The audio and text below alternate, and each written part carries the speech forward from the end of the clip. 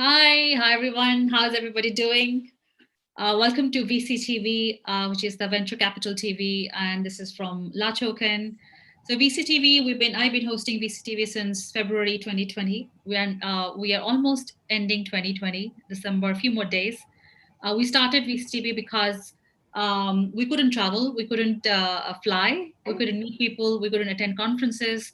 Hence, VCTV was born in February 2020 to connect people, speakers, investors, founders, entrepreneurs, so everybody can come together and feel and have the same experience they used to have in person. So that's how VCTV was born in February, and since then we have grown in community, size of community, in terms of investment, in terms of investors, in terms of startups, in terms of founders, and so on and so forth. I mean, we have speakers like yourself who are always coming back because there is a reason behind it, and you're going to find more why. So today I'm going to cover 1 hour session. We're going to cover what happened with the investments in terms of early stage and seed investments in 2020. You can cover all the sectors that you've invested in this year, your current portfolio companies, and we can talk about the ups and downs and everything starting from this year. So today I have one, two, three, four speakers to share their insights on early stage and seed investments that was done in 2020. So that's the topic of the day. Before I start introducing my speakers, I would like to just introduce myself for those who are new or just tuning in for the very first time, just like Tushar, who's just joined us today. So my name is Sunny Mohanty. I'm the regional director at La Token, and I'm based here in Singapore. So fantastic. I have Sailesh, Fabio, Anup, Gary, and Tushar, who just joined us for the very first time. I would like to start with the regular speakers who have been on VCTV so that Tushar, you can get a flavor of what exactly it is. So Sailesh, let's start with you. Start with a short introduction about you, your company, and then we move to Fabio. That's how I see everybody on my Zoom lobby. And after that we take questions and we end the show after 1 hour. Sailesh, over to you. Thank you. Thanks, Sunny. It was fantastic to be back on VCTV, and I really, look forward to be a part of VCTV panelists. So I think let me introduce myself. This is Shailesh Salvi, representing Xfinity Venture Partners. We are a Bangalore-based early-stage VC, basically focusing only purely on enterprise tech and B2B startups. And we have invested into about 20 odd companies till the date. Basically, we are focusing on Indo-US corridor, wherein some of our companies are basically focusing on global markets. And we have been a fantastic journey in 2020, and I'll be more than happy to share the details about the same. Great start to the session. Thank you, Sailesh, for that short and quick introduction. Next, I have Fabio. Welcome back, Fabio. How are you today? I'm very well, Sonny. Thanks for having me back to your show. For those who don't know me, a very quick overview of my career. I am by training an economist. I have a PhD in economics from the University of Chicago. I started my career at the International Monetary Fund. Then I moved to the European Central Bank for the launch of the euro. Subsequently, I made the move into the private sector, first in Goldman Sachs, London, and then I went to work for several sovereign institutions, sovereign wealth funds, and other institutions in the Arabian Peninsula, from Qatar to Dubai, and then I finished in Oman, where I was the chief strategy officer and chief economist of the Oman Investment Fund. Last year, I decided to join as partner Golden Eagle Emintad, which is a boutique investment bank based in New York, but with offices in Dubai and Hong Kong. And there, in addition to asset management, I take care of the process of listing innovative companies, startups, mostly technological startups, on the over-the-counter market in New York. Fantastic. Thank you, Fabio, and welcome back on VCTV. Next, I have Anup. Hi, Anup. Long time no see. Where did you go? Welcome back on VCTV. How are you? Thank you, Sunny, and hi to my old friends, old partners in crime, Fabio and Gary. Great to see you guys. Yeah, I disappeared for a while. I thought things will get a little bit busy. We were going through a bit of some deals, so been busy at that. So I'll just introduce myself. So hi, everyone. I'm Anup. I'm managing partner at Arias. We are an early stage VC fund based out of India and focused on India as a market. We are sector agnostic. We look for tech and everything. We're associated with some unicorns, Farmi, Ziola, Druva, and we hope to create some more. And yes, we're always excited and always high on energy, thanks to our founders. Fantastic. Yeah, I get to see all your updates, Anup, by the way. Thank you so much. Next, I have Tushar. Hi, Tushar. Welcome to VCTV. Just introduce yourself. Where are you dialing in from? Tushar, you are on mute. Yeah, hi, Sunny. Thank you so much. I am from right now in Delhi. I'll give you a brief background about myself. I started out as my education company, which grew to 800 students. It was in the IIT entrance sector, and I exited in 2006. But post that, I've worked for companies like Deloitte and Touche, Brand Capital, worked for MTS Systemas India unit, where I raised a lot of debt for the company, and was also CFO with a logistics company called Distribution Logistics, which is owned by Guggenheim Partners. In my last 6 years, I've been an investor, hand-holding startups, and also I manage an angel network of around 38 HNIs in India, and we are making investments across sectors. This year has been a bit dull, but we do a lot of consumer, fintech, and edtech. All right, fantastic. Good to have you on VCTV. I'm sure all our audience are going to have a great time listening to your insights. Thank you. Last but not least, Gary, welcome back. How are you today? Oh, wow. Oh, I'm great. How are you today? I'm very good. Thank you. Yeah, it's good to be here. So great to see some of my friends and new friends. No, it's great. So my name's Gary Fowler, and I'm a serial entrepreneur. I've done 16 companies. I live in Silicon Valley. My company is GSD Venture Studios, a premier AI venture studio. I've done 16 companies, 2 unicorns. I always feel like I said, and a partridge in a pear tree. You know what I mean? It must be the Christmas thing. Yeah. And so I love artificial intelligence. And I'm deeply interested in applying artificial intelligence to be able to solve critical issues around the world. Tomorrow, I have the District Attorney of New York, National Security Council from the White House, hosting a seminar on using facial recognition to be able to find missing kids, starting in the U.S., where there are about 400,000 each year go missing or exploited, and to be able to roll it out around the world. So taking AI technologies to make the world a little bit better place.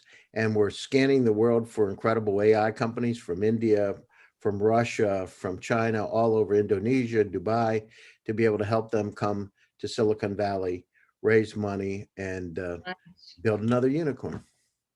Fantastic. There you go, founders and entrepreneurs. Gary just summed it up. Thank you. So great. We are all set with introductions. Today's topic is about early stage and seed investments that were done in 2020. So we are going to cover all the sectors and portfolios that you have invested into in year 2020, the ups and downs and everything else. I'm going to start with Shailis first. Shailis, welcome back. And as you know, we're going to talk about your investments in 2020. Please take us through the journey. Thank you. Sure. Thanks, Sunny. Basically, I think at the start of 2020, I think everybody, got a root shock of so-called COVID or pandemic, and the world came to the standstill. And startups, investors, stakeholders, everybody, watching at a gaze, saying that what will be the, next roadmap, because nobody was very clear when the things will get normalized. And at that time, definitely, the first thing which we consciously, took it forward and took it as a challenge is ensuring that whatever portfolio companies, 20 odd portfolio companies we had, we ensured that the runway is, a comfortable runway of at least around 18 to 24 months. And that we've ensured by, either by, doing the bridge round or reopening the, early consummated rounds, or basically by way of even a cost cutting also.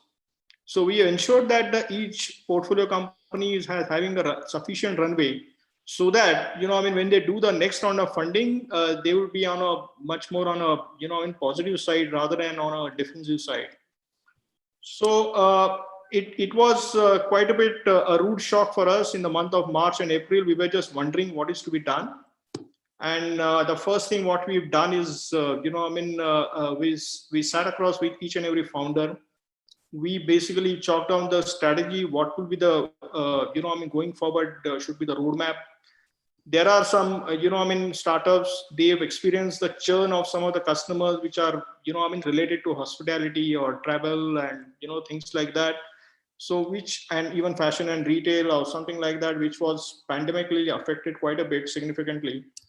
And we took a conscious call is basically, we need to, close work. We need to work closely with the customers, ensure them that, okay, we are there at all times. And that's basically has played out very well in the long run going forward. Because what has happened is, as a result of this pandemic, most of the enterprises and the corporates have basically gone for digitization and automation at a full speed. And as a result of that, I would say most of these corporates and enterprises, they went for, I would say, automating their workflows, which in turn reduces the operating cost. And that has created a quite a bit, I would say, very strong tailwind for some of our portfolio companies. And to give you an example, let's say one of our companies into agri-tech doing the food inspection through computer vision.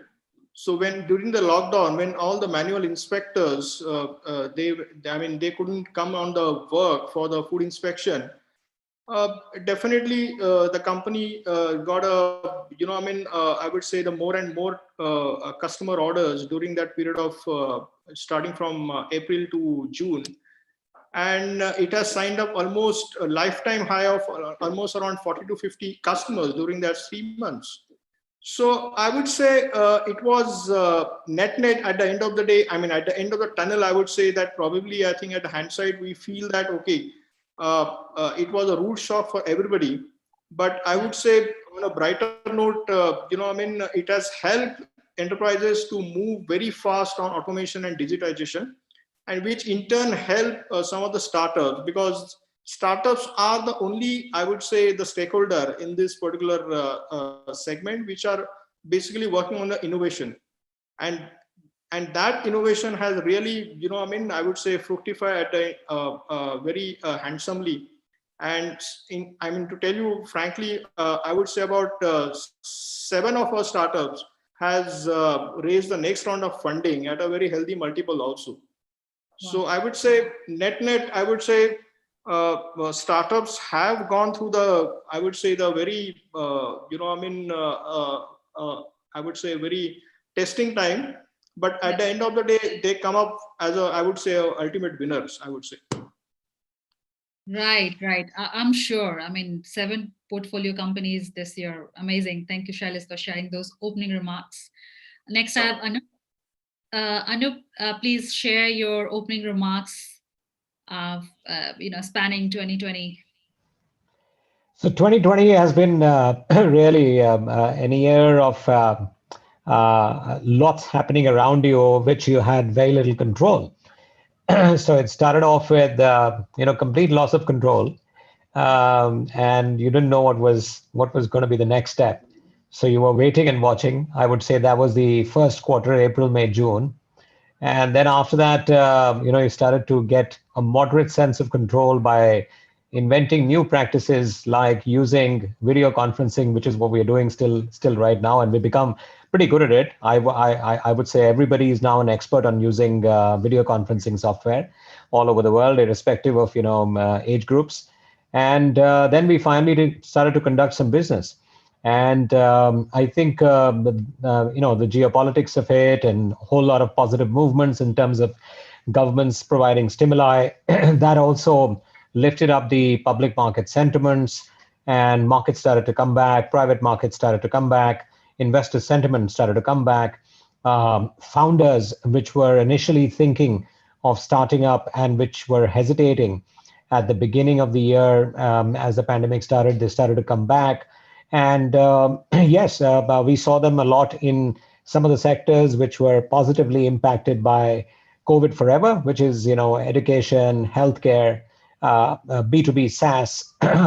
We saw that happening in even in agriculture in India. So some of these sectors have just taken off, and which means great.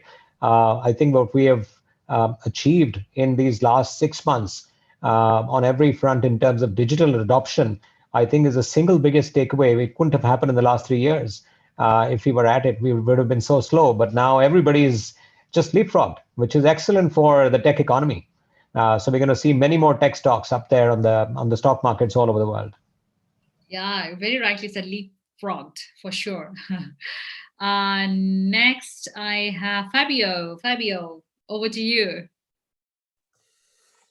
2020 certainly will be remembered as a year of deep changes. Like all emergencies or catastrophes, war, this pandemic will accelerate certain process and will lead to the rethinking of several, acquired acquired certainties. In terms of the boost to tech and the tech sector, there are obviously areas in which the pandemic has made monumental change, and the two speakers, those who spoke before me, clearly pointed out.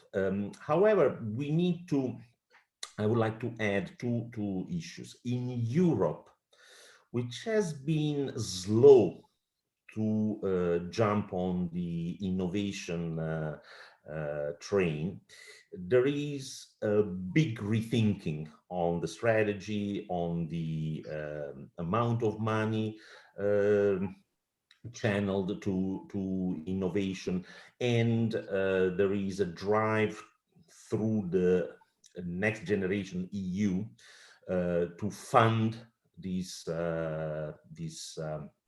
new sectors, in particular the green technologies, the renewables, but also the digitalization, say, of the public administration or civil service, and the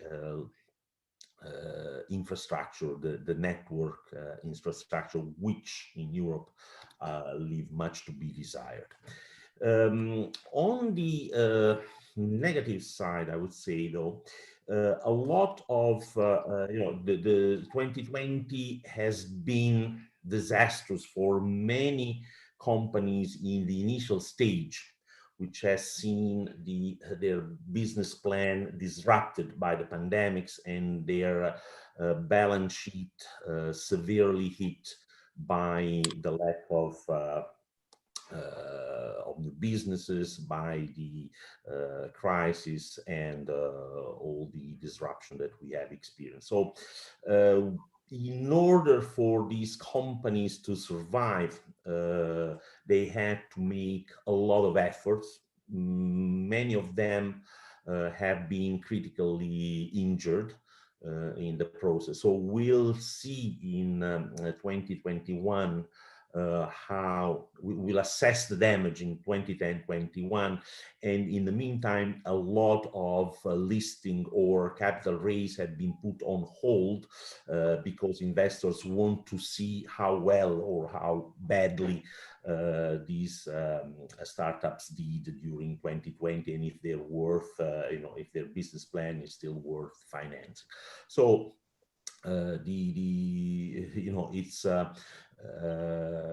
it's a picture with a lot of positives, but also some dark clouds on the horizon. Some clouds on the horizon. Thank you so much, Fabio. Next, I'd like to go to Tushar. Please share your opening remarks for the topic today. You're mute. I'm sorry. Yeah.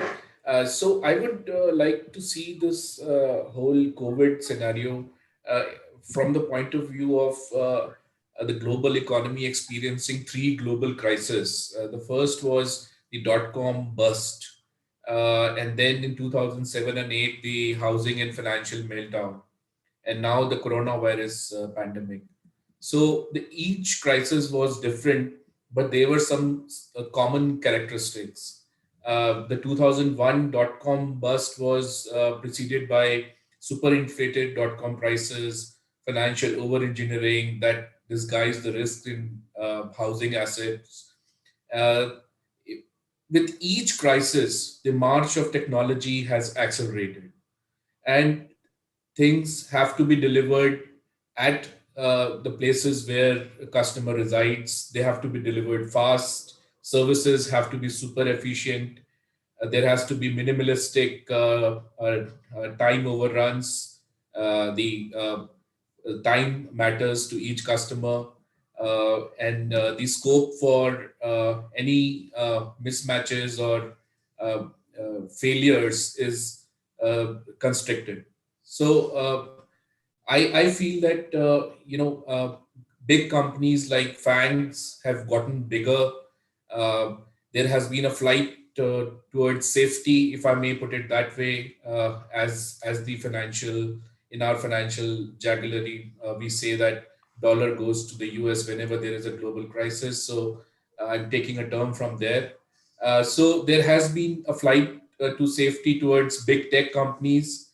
And from the point of view of a bottom-up approach, I've seen startups which have been coming to me adopting technology even faster. So I absolutely agree with some of the panelists here that what a regular economy couldn't do, COVID has done. So even in conservative institutions, to give an example on the education space, I have seen adoption of technology. There has been adoption of technology in agriculture, and a lot of adoption of technology across sectors.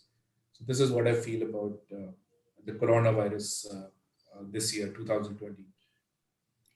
Yeah, the pandemic has created a lot of acceleration digitally. Right. Thank you so much, Tushar. Last but not least, Gary, would like to know your opening remarks for the topic today. Yeah, I mean, so 5 years ago, almost 6 years ago, when I was one of the first Zoom users, and I met the VCs that funded Eric and Zoom, people were laughing. And, oh, what are we going to do this? We got Skype, we got Google, we got all these Viber. But look at today. I mean, I just actually communicated with him a few weeks ago, and I checked, he's worth almost $20 billion today. So we have digitally transformed. And remember one thing, when Warren Buffett says move in the opposite direction, right? Move in the opposite direction. So this is one of the greatest opportunities because we've finally democratized opportunities. Remember, intellectual capacity is equally spread, but opportunities aren't. Now with being able to, through this digital transformation, we've been really to be able to fundamentally change the way the world works, right? And expedite. McKinsey said almost a year ago that 92% of the companies were going to go through the digital transformation in the next 10 years. Well, that digital transformation was moved up because of necessity. I can tell you directly, I have a unicorn called Eva that I started 4.5 years ago. It's close to $1 billion today. But my business and my company was up 38 times at the beginning of the pandemic. We do remote workforce management, artificial intelligence. So there's a great opportunity. And what has happened, Salish was right on target. I mean, people did get stunned, but that's human behavior. We got stunned during the beginning of this because people weren't sure what to do. You know, they couldn't get, we joke about toilet paper, the simple things, keep it simple, stupid.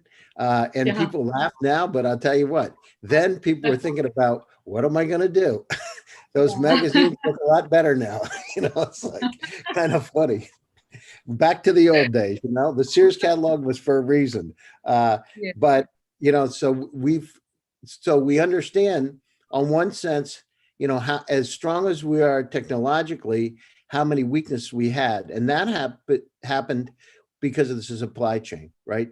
From the beginning to the end of the supply chain. So we have a fundamental, unbelievable opportunity to be able to mine startups from around the world. I was in the beginning here with VCTV with Kyle when this first launch was February, March timeframe, and on the first shows actually. And look at where we are today. We've now got the capability to be able to communicate. It's much different than I was involved in the dot-com bubble, by the way. I was one of the few companies that did an IPO in NASDAQ. So with Click Software, that company, people said it couldn't be done then. They were saying, oh, don't do it, conserve cash, blah, blah, blah. We knew if we didn't do it, we calculated we run out of cash. We did an IPO, it wasn't huge, but we sold the company. The company was sold, and I was on the original team of it, for $1.35 billion 17 months ago. So, part of it is buckling down. I'm a country boy from Pennsylvania. We're pretty simple, right? I don't have these IIT and Stanford and all this. I'm just a country boy trying to make a living. But I can tell you the simple things is that, you got to focus, you got to be tenacious, you got to have a lot of friends as we have here today. And you've got to understand the world is going to change. Just like in 1918, after the pandemic, it changed. And the good news is, because of so I don't know how many people know this, just one fact. People say, well, Pfizer developed this incredible vaccine. It's 95% effective. What they don't know, and I was on one of the expert panels for pharmaceutical companies, is that a lot of their work was done on Watson. So they used AI to be able to do the modeling rather than using bench time. And if you look at yesterday, the report that I commented on, was part of, came out yesterday with pharmaceutical companies in Europe. I'm telling you, there's a fundamental change happening, and each one of the investors here, don't move in the wrong direction, go out, get it, because this is the opportunity. This will not happen again. People are scared, and it allows, 2 days ago, the CEO of Intel wrote me a note. It would not have happened a year ago. Let me tell you that. Yeah. Yeah, absolutely, Gary. I really like the way the practical experiences that we faced with toilet paper, supply chain issues, very rightly put the beginning of the year. And you smile every time I say it, because everybody on this call had the same problem, asking their significant other, do you think we're going to be able to get some toilet paper? Yeah, sure. Yes, of course. Thank you, Gary, for sharing those insights with us. Fantastic. We're right on time, 30 minutes into the session. So the next 30 minutes or 20 minutes, I'd like to get you a little bit deeper dive into your portfolios, something that stood out this year, because we are not going to cover any particular sector, is sector agnostic here, technology agnostic here. Deep dive into one particular sector, because we have startups from entrepreneurs from all around who are looking to get funded. They're looking to connect with you guys. So I like to start with Shailesh first. Shailesh, you have put yourself on mute. Thanks, Sunny. So as I mentioned in my opening remark, I think with the kind of thrust enterprises has put on automation and digitization, some of our startups has got a huge amount of traction, and in fact they book, I would say, about lifetime high in their revenues during the quarter ending June and September. So the startups in the I will just I would say drill down some of the areas or verticals wherein these startups are working. So the startups in cybersecurity, so typically, at a device level or at network level, because now everybody is working from home and that too on unsecured network. So Yeah. those startups has got a tremendous push from their customers to sign off as quickly as possible. And I would say now, during this pandemic, even the disaster recovery centers of most of the enterprises were not physically, could not be physically, I would say, occupied. So in that particular, one of our portfolio company has come out with a hybrid cloud solution, which is basically, you can say, a virtual data center. So that can be, so that has got a very good traction from some of the enterprises customers. Then another, I would say, area, I would say one of our company is focusing through AR and VR, that is augmented reality and virtual reality, is collaborative workflows. So that particular company, which is, let's say, if you are into aircraft maintenance, or if you are, into, I would say, a much more assignment wherein more than, I would say, 2 or 3 business units need to be worked together. So that can be worked very seamlessly through AR and VR solution and mixed reality solution. So that company, in fact, has signed up, I would say, almost, I would say, 10 customers in the month of, only in the month of April. So that has been I would say, a fantastic experience, and we got surprised with the kind of traction. Another area, I would say, I would say, apart from health tech and ed tech, yeah, both these sectors has been at the forefront of, each and every investor. But apart from that, we also got a good amount of traction in digital advertising and performance marketing, because Right. a lot of enterprises have basically shifted their offline, advertising and marketing budgets to the online and digital marketing. So Yeah. that particular area where, in fact, we got a fantastic, I would say, traction from most of our BFSI customers. Yeah. And the last and not the least is when it comes to, COVID, a lot of people have shifted from share mobility, that is from Uber and Ola, to their personal mobility. And in cities, driving experience is pathetic, especially in Bangalore. If you would come, the driving experience is pathetic. At least in Mumbai I've and heard Delhi, about. to is good. So any solution which is basically aiding, the ADAS, basically the automated driving solution. So that has one of our company which is, doing the edge computing and filtering the data into the centralized data center, which enable the ADAS. That has got a, I would say a big order from, I would say, a Toyota. So that particular traction was out of box for us, that kind of a thing. So going forward, we foresee that this trend will continue. In fact, we don't foresee that when things get normalized, this trend is going to discontinue. No, we foresee that the trend will continue, and there will be new and new areas which would be emerging out of this COVID. And as we say that every, I would say, calamity brings the unique opportunities also along with that. So we feel that going forward, something into, a 5G is going to be I would say, a next big thing in India, where the communication will be playing, anything related to communication technology will play a major role. Similarly, I would say something on, I would say, contactless surveillance, because now most of the people are working from home. So something related to contactless surveillance, which is basically catering to, purchases in, I would say, cashier free, shops like Amazon Go, or something like attendance, or something like virtual meeting rooms. So that kind of I would say solution would be I would say, a next big thing which we foresee. then of course, as some of my co-panelists have shared, that agriculture technology is going to be big, because most of the average age in agricultural in US also it's more than 60, in India also is almost more than 50.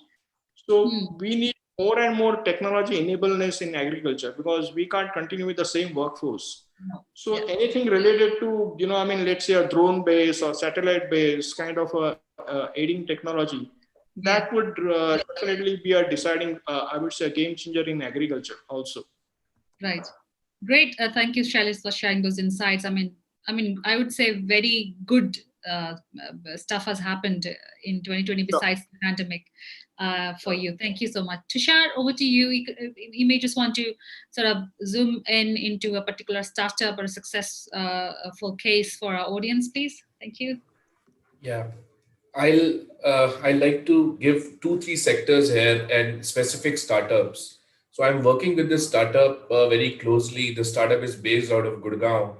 Um, so a lot of these disinfection services have been required using contactless methods. So instead of sending a human being using PPE kits, we have these disinfection companies which are using robots, and these robots, the leader is Germ Falcon. Germ Falcon's disinfection robots cost 70,000 US dollars and upwards. This company in Gurgaon has created 4 types of robots. One is for disinfection services. They have an exactly similar kind of robo as to Germ Falcon, but their robos start at $11,000. So you can imagine 11,000 versus $70,000. Secondly, we have manual scavenging in the municipal corporations, which is a very in today's day and age, it is not done that there should be manual scavenging. So Supreme Court has stopped manual scavenging. So this company has come out with robotic scavenging. Their robots can clean municipal areas, and the robo is very efficient at that. And it's a very cheap robo, but it has all the features and it can be customized. Similarly, for like food delivery, if you go to Vistara Airlines lounge at Delhi airport, you'll see their robo. It can deliver the food using an app. Similarly, for education, they have a robo with all the features. I'm also working very closely with a company which has created it's a program and an app which can enable you to play on the stock markets virtually, but not by not actually betting on the stock markets. It's like a dream 11 for stock markets. And if you look at Zerodha and the other apps, they don't have this feature. So a lot of people actually want to experiment in stock markets before they take a plunge. And this app is actually linked to all the backend apps like Zerodha, and it can actually give you live trading also. Then, there are a lot of government compliances, other compliances. People don't want to go to government offices because of COVID. So regulation tech is the new field which has emerged. So I'm working very closely with the company which enables corporates and individuals to meet government and other compliances by sitting on their desk and through their app. And last but not the least, I would just like to take a little bit of more time to come on another startup. So we have seen that children's nervous energy is not coming out because they are sitting at home because of COVID. They're really bothered about what's happening out there. They're not able to release their energies. So apart from physical fitness, we have this very nice edtech which focuses on mental health for children, and they do it via a very proprietary technology. So this is the emerging exciting areas which I see. Very exciting. The robo stuff that you started off with, for the enterprises, with the price reduction, for delivery and reg tech, and this and mental wellness for kids. I mean, we haven't spoken about. We generally speak about mental wellness, and it is mostly adults that we speak about. But again, very good. I would say subject that you've touched upon. Mental wellness for children is equally important as much as it is for adults. Thank you, Tushar, for sharing those great insights with us. Anup, I would like you to share your sort of, whatever successful investments that you've done this year that just stood out, you just surprised you, in a good way. Sure, of course, of course. Sunny, I think it is a foregone conclusion that the winner this year is clearly EdTech and health tech. And this will go down as the year when these two sectors got a very, very impressive fillip, which they otherwise wouldn't have gotten, simply because there are so many stakeholders in the system who I may say, or I may dare to say, were refusing to change, right? In the health sector, it is the patient who is affected. They want a health outcome that is positive, and they simply have no choice but to go to various service providers. And it's a completely fractured ecosystem. Nobody talks to anybody, right? So the doctors, diagnostics, pharmacies, everything is completely disparate, and they have to manage their own journey somehow and get a positive outcome at the end of it. This year, we saw doctors and hospitals realize that they were empty, and maybe people are falling less sick outside of COVID, of course, because they were simply at their home. They weren't getting the usual infections. There was not so many accidents out there, things like that. And the doctors, in order to remain liquid, they had to approach consumers. So here comes in telehealth, and we saw in the U.S. a very big buyout of Livongo and Teladoc, a multi-billion-dollar sort of merger between two greats. So digital health and telehealth really took off. And for us, PharmEasy, which was our first investment in the healthcare space many years ago, crossed the bridge of being a unicorn. There's consolidation going on with Amazon wanting to enter with a 100 million round in a company, and the whole sector has got completely organized now. So winners have come out, and the dust is beginning to settle. So we're seeing that consumers are adopting big changes when it comes to their health, whether it is purchasing products or purchasing services. And all the erstwhile reticent participants in the ecosystem are now participating because they simply have no choice. But once they've exercised these choices, they're pretty happy with it because, they've got SaaS solutions for doctors, which are working for doctors because they've changed their habits in the last 6 months. There's telehealth, so they are happy to give advice and prognosis based video consultations where clinical examination is not required.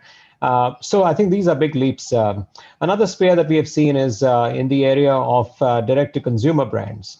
So while overall, consumers were consuming more of what they consumed at home because they weren't simply going to office. So all 3 meals of the day, plus your coffees and everything else was happening at home. So naturally, everything was directed at home. But the era of direct-to-consumer brands has now kicked off, at least in this part of the world. Consumers are examining more narrowly and more strictly what they're eating. So there's a rub-off from the health concern aspect. There is a concern about nutrition. There is a concern about what I should be consuming, which boosts my immunity, right? And this is now, which is a trend which is going to stay forever. So the back label of every product that you pick off the shelf is more important than the front one, right? And people are started to read that and form their opinions, basis communities, references, and ingredients. And that is why direct-to-consumer brands are now taking off, where consumers are demanding higher purity, higher lack of baddies, if I may call it, and greater nutrition. And we saw one of our companies, Country Delight, really grow leaps and bounds without much marketing.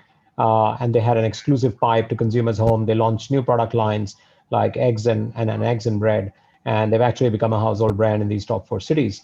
So I think that's something to learn. I think in sectors which were adversely impacted, I think the other panelists have spoken about that. Yeah. Okay, great, Anup. I totally agree. Health tech, ed tech, and nutrition have just topped the charts for this year. And rightly said, I was just thinking, probably people think that during COVID, the hospitals and doctors will be liquid, as you said, but they were not. Like, you have less cases, as you rightly said, no accidents and other infections. So yeah, very rightly put, Anup. Thank you for sharing those insights with us. Next, I have Fabio. Fabio, over to you. Thanks, Sonny. I like to point in another direction, which is often overlooked in when we talk about innovation, startups, and the like, and it's manufacturing. For example, one of the great successes that I've witnessed is Centrica, which is the major producer of electric motorcycles. So I'm a motorcycle fan. I've been riding since I was like 12. Okay. And I still own motorcycles. And these electric motorcycles are really incredible in terms of performance, speed, acceleration, and everything. And so this is potentially option in the two wheels world, which needs to be assessed and needs to be, it's has been already a success, but has the potential to really introduce the a long-lasting innovation Right. in the sector. In addition, what and more generally, I've been at a company that is called, I've been insisting, a company that is called the Polytronica. And in a nutshell, they are doing in manufacturing what is being done in other sectors thanks to internet. The very first stage of internet was the sharing and transmission of information. Right? We all know that. The second wave, which is hinging on cryptocurrencies, is the transfer of value. Okay? Right. The third wave could be the transfer of manufacturing capacity through 3D technologies and other elements such as the Internet of Things. So you will be able, for example, to design a tool or whatever and have it manufactured everywhere in the world where you want it, when you want it, to manufacture next to your client because you will have capacity there. So we are deeply involved in this disruption, and Polytronic has been one of the companies that we found more exciting in this sphere. And then to complete the picture, I want to mention a niche which is micro laser. So there is a technology which hinges on laser with a diameter of 1 micron, so 1 millionth of a meter, and this is a technology that allows to manipulate the most minute aspect of material and objects, and has been proven extremely useful in a number of applications, from biotech to electronics. Right. Great. Thank you, Fabio. And good to know that you've been driving electric bikes since such a young age. Good to know that. Thank you so much. Not electric. These the bikes I was driving at a young age were traditional bike, and I still do ride the traditional bike. Okay, cool. No worries. Thank you so much for sharing those insights. I'm moving, into old age into the right. Got you. Thank you. Gary, over to you. Any particular technology or any particular startup of yours that would like to share with our audience? Yeah. I mean, it's, again, it's a keep it simple, stupid time. So the amount of data, as I talk about a lot, around us is dramatically increasing every year. So the amount of data that's present on the planet today, if you took CDs, DVDs, and stacked them up, it would go 29 times back and forth to the moon. So then that a number grows 62% a year. So I'm focused on artificial intelligence. So one of the examples of my company, I have a company that is from Minsk, Belarus. Company's called IREX, and IREX is a great company. The double PhD, uh, Cambridge, double PhD, lives in Minsk. Anyhow, so we've gone through all these challenges with COVID. It's a security company looking using facial recognition.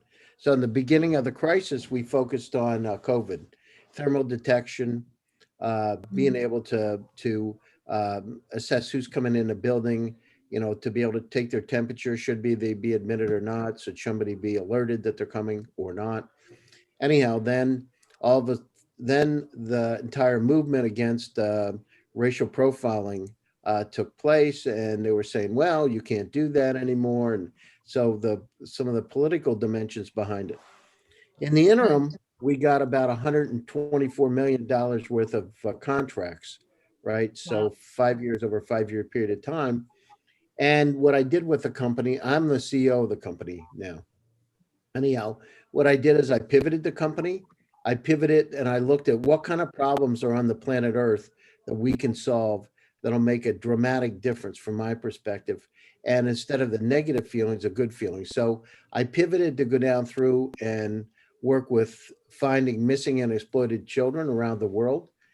So I got the FBI, Homeland Security of the United States, the District Attorney of New York, the CEO of the National Task Force, and I sent you the invitation. I'm actually doing it tomorrow. And I got them all together and I said, let's solve this problem and turn this, this whole facial recognition thing into something really positive to make a little dent, let's bring her kids home for the holidays. And that's what I did. I went to some of the major retailers around the world and we're working with them today. And I got Intel to sponsor it.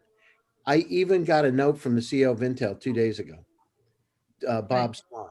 So this went from a negative situation. You've got to pivot your companies. The lessons learned are look for where the opportunities are, look where you can make a difference, look where you can make people feel good, and look where, when that happens, there's opportunities and success will follow. So figure out with your heart where you can gather emotion and turn that emotion into opportunities. And, I'm really happy because we're making a dent in the universe, but literally all my companies, I have a health tech company too, started at Stanford University that I co-founded.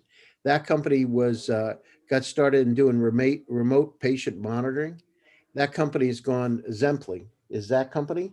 And we've gone from scratch and now with this whole COVID situation, it's a big deal. You don't want to put your parents in a nursing home because you don't want them to die. It's pretty simple. So I said, well, geez, you live longer if you're at home. And I'm a clinical psychologist. I went to graduate school for psychology too.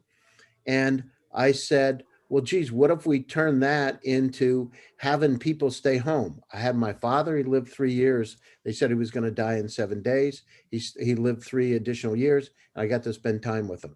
So I said, why don't we do that with this company? The net is there are opportunities out there. Don't look for the negative, look for the positive. Look where you can make a difference. It's never easy. I've been doing startups for 35 years. It's never been easy. But if you look at it in the right way, it can be a lot of fun. And, that's it. And, money does follow. Happiness is the most important thing. You make people happy and feel good. All of a sudden, things start to follow your way. And I could tell you, many, many examples. I've got 16 companies right now. Thank you, Gary. Money does follow, but you have to make people happy. I 100% agree to that. And very good to know about pivoting from a facial recognition company to finding. I see your articles on social media. I'm really, really wowed and impressed finding missing children and bring them back home for the Christmas. Such a great cause. Sonny, so we pivoted the company. I have 500 people attending my event tomorrow. And, I feel so good. Intel had said at one point, you know, the facial recognition, they weren't into it, but we're helping kids, right? Yeah. One kid comes home for the holidays, it makes a difference, right? One kid. There are 400,000 kids every year that go missing just in the United States alone, an estimated 2 million worldwide. It's probably more, but we know there's 400,000 just in the US. Wow, 400,000 just in the US, missing children. It's a great thing, Gary, you're doing. And I'll definitely, I know I've seen the article. I'm definitely going to be there. Yeah, share it. I mean, do me a favor. I sent you here, share it, because we want to get as many people. I mean, this is a good feeling. And now we've got even a person who was in the White House, National Security Council, to be able to get on board with this thing. And it's not just a US phenomenon. I mean, we want to make a dent in the universe everywhere. So anyhow, that's my passion. Fantastic. Thank you, Gary. Thank you, Shailesh, Fabio, Tushar, Anup, with your insights today. So we finally come to the end of the show. I'd like to take two things from you. Closing remarks for the topic today. And I just want to know, what are the best VCTV moments for you in 2020 so far? Shailesh, you've been on VCTV on numerous sessions. I'm guessing with me and Kyle as well. I just would like to know your closing remarks and the best moments in 2020. Sure. Thanks, Sunny. It has been a fantastic to be a part of VCTV community, and I really thanks VCTV for basically having a panel discussion on the startup economy.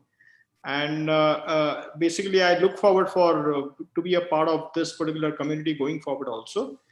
And when it comes to a best moment in 2020, I think probably one of our company which was struggling at the start of the, I would say, this pandemic.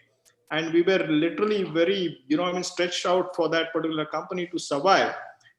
It has turned around, and definitely as of today, in fact, it has, backed the, I would say, Series B funding at a multiple of, I would say, almost close to around 20x. Wow, Series B 20x. Amazing. Thank you so much, Shailesh. And we're going to have you back on our shows. We are not stopping this month. We're going to continue, and obviously next year as well. I know also because of this interim break that you took, but before that, you were always there with me and Kyle as well. So what's your best VCTV moments? So I think the best moments have been when you've got a very rich and diverse panel, which has been each time, but basically giving all their insights and brimming with optimism for the future, despite the fact that we had no idea when we were going to get out of this 12-inch screen in front of us.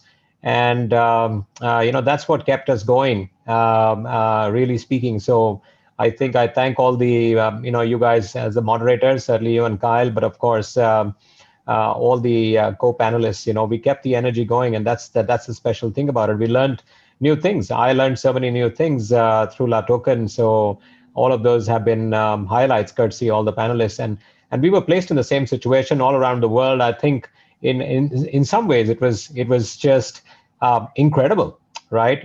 Nowhere has the entire world been sort of placed in a similar position that we're all doing the same thing at the same time, all have the same constraints of no travel, and have to exchange our point of view, do business, help our companies. Our concerns became common, solutions became common. I think for me was quite magical in its own way. Thank you so much, Anup. Very rightly said, and touched my heart by saying that, because I met, not only I've learned so many things, I've met so many good people, that these are like lifelong sort of contacts that I foresee. Thank you so much, Anu, for those words. Fabio, what's your best VCTV moments? You see, Sunny, it's always hard to make to classify best, bad, good, because I find that all the moments are in their own way important, great, and interesting. But if you really push me, I think that we just witnessed one of the best moments when Gary told us about this artificial intelligence applied to the search for missing children. I think this is a really incredible advance. And so having learned about it, and I hope that it can be applied, even I will help Gary to see if it can be applied elsewhere in outside the US. But in general, I think this is for me so much. one of the best moments on VCTV. Yeah, and who would have thought somebody can pivot from a facial recognition company to doing something such great thing for a good cause. Thank you so much, Fabio, for sharing those. Tushar, this is your first day on VCTV. Please share your experience.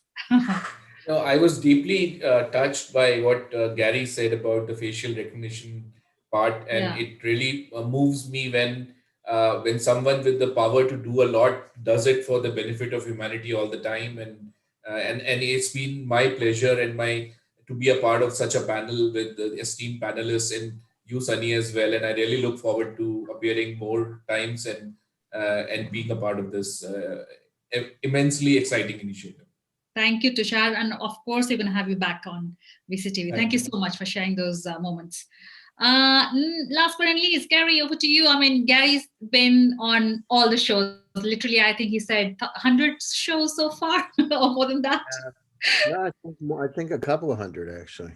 A few hundred. Couple of hundred. So, I mean, look at what we've been able to do when we came into this pandemic. The closeness, the bonds that we all share together. We didn't have those. And the one thing that's happened, and thanks to Zoom, thanks to VCTV, thanks to you, Sunny, Fabio, Tushar, Shalish, everybody that's on the panel today with us, Anup. I mean, this is a great opportunity. It's like VC therapy sessions, and you have them every day, and it's like you come in here and you share ideas. You get, I met so many incredible people. So I'll just give you some, for instances. I met one of the top astronauts, there's Christopher Altman, and Christopher is a NASA astronaut. I met him here. He's a PhD quantum physicist working on the teleportation of quantum particles. You can see him. I mean, this guy's incredibly famous. I met Richard Branson's partner. I have another call with him on Friday to get Branson on my show. I mean, I can tell you some of the richest people on the planet have been on the panels, and not many people don't know it.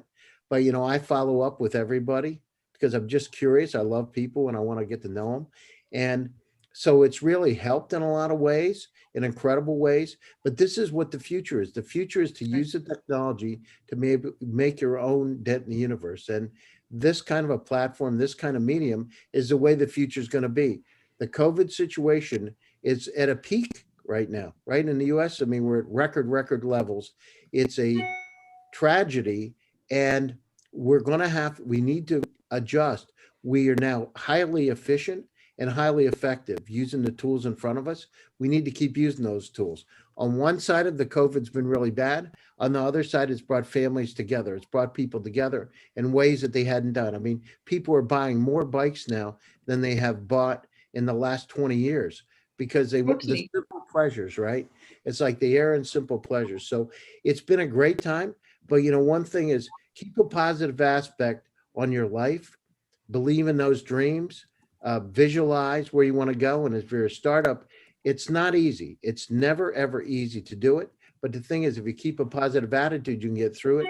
And as my company is called GSD, which is Get Shit Done Venture Studios. And that's what it's all about. Thank you for this therapy session. I really liked it. VC therapy sessions, VCTV. Thank you, Gary, so much for those closing remarks. Thank you, Anup, Tushar, Salesh, and Fabio. So we finally end up the show, and I would love to see you back on another panel. on another topic and get some real good insights throughout this year. I mean, we just have a few more days. Thank you for staying with us, and audience, thank you for watching us. And again, startups and entrepreneurs who like to meet this great minds, always feel free to reach out to me, and you get an opportunity to share the space with them. Having said that, have a great day, have a great evening, and stay safe, stay connected. And I'm going to catch you back on another session. Thank you. Bye.